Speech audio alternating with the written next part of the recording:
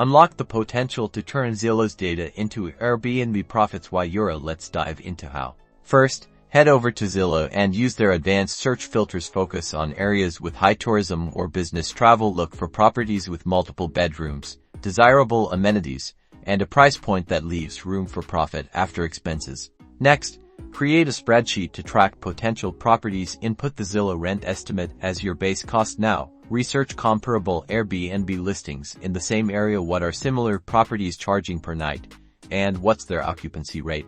Use tools like Airdno or simply manually analyze Airbnb listings to estimate your potential revenue. Factor in occupancy rates. Why Euro? Realistically, aim for 6,070% to be conservative. Calculate your projected monthly revenue based on these rates. Don't forget expenses. Include rent, utilities, cleaning fees, Airbnb service fees, and any furnishing costs. Subtract your total expenses from your projected revenue. The difference is your potential profit. Focus on properties where your projected profit margins are significant enough to justify the investment. This strategy lets you leverage Zillow's data to identify lucrative Airbnb arbitrage opportunities. Now you're ready to start making real money.